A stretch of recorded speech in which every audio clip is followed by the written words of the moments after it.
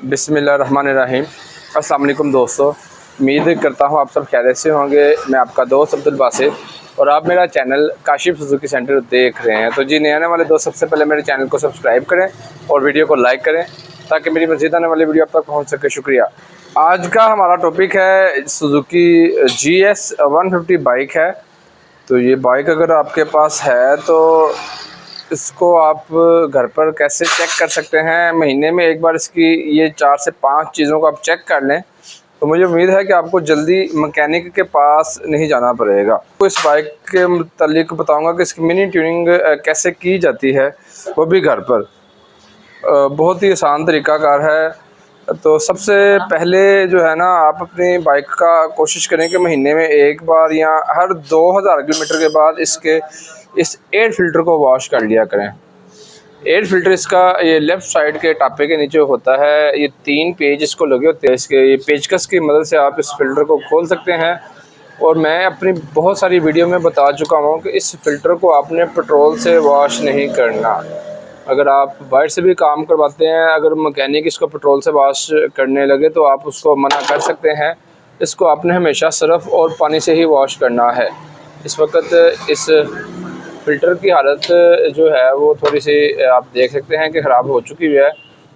हर 2000 kilometre के बाद आप इस बाइक का एयर फ़िल्टर भी खाली वॉश कर लेंगे तो आपकी पेट्रोल एवरेज जो है वो बेहतर रहती है।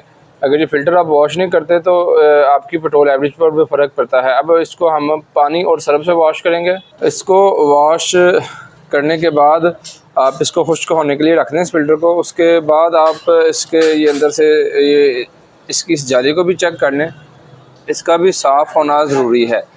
इसके फ़िल्टर को वॉश करने के बाद आप अपनी बाइक के चैन को चेक कर लें।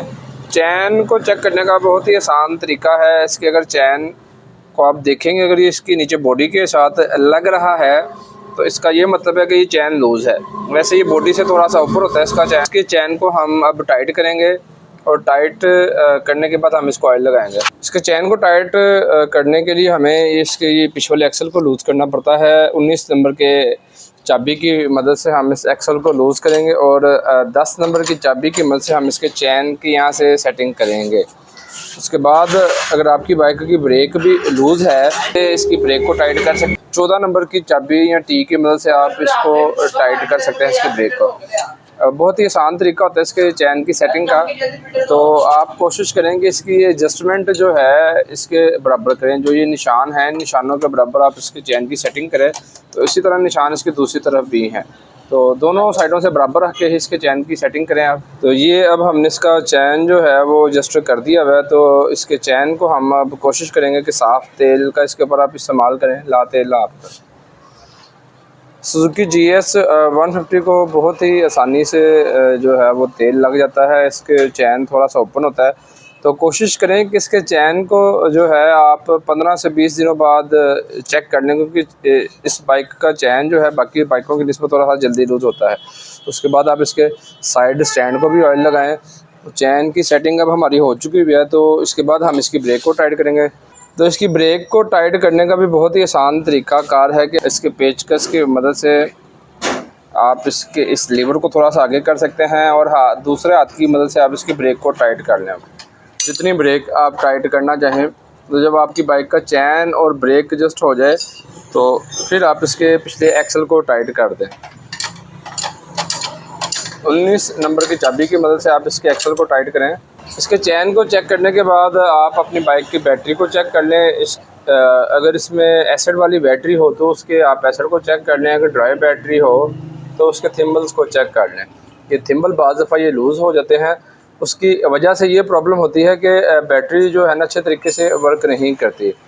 तो इसमें पहले जो है ड्राई बैटरी इंस्टॉल हमने की हुई है। तो अब इस बैटरी को हम साफ़ करेंगे और इसके स्टापे को हम बंद कर देंगे। कोशिश करें कि काम आप घर में भी अगर करें तो सफाई से करें।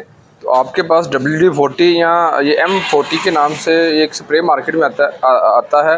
तो इस तरह का कोई प्रोडक्ट आपके पास हो तो इसकी मदद से आप इसकी ये क्लच केबल कॉइलिंग कर लें और इसकी रेस की केबल कॉइलिंग कर लें। अगर आपकी बगैर डिस्क की गाड़ी है, अगर आपकी अलाइ रिम की बाइक नहीं है, तारों वाली बाइक है, तो आप इसकी अगली ब्रेक को भी ऑयलिंग कर सकते हैं।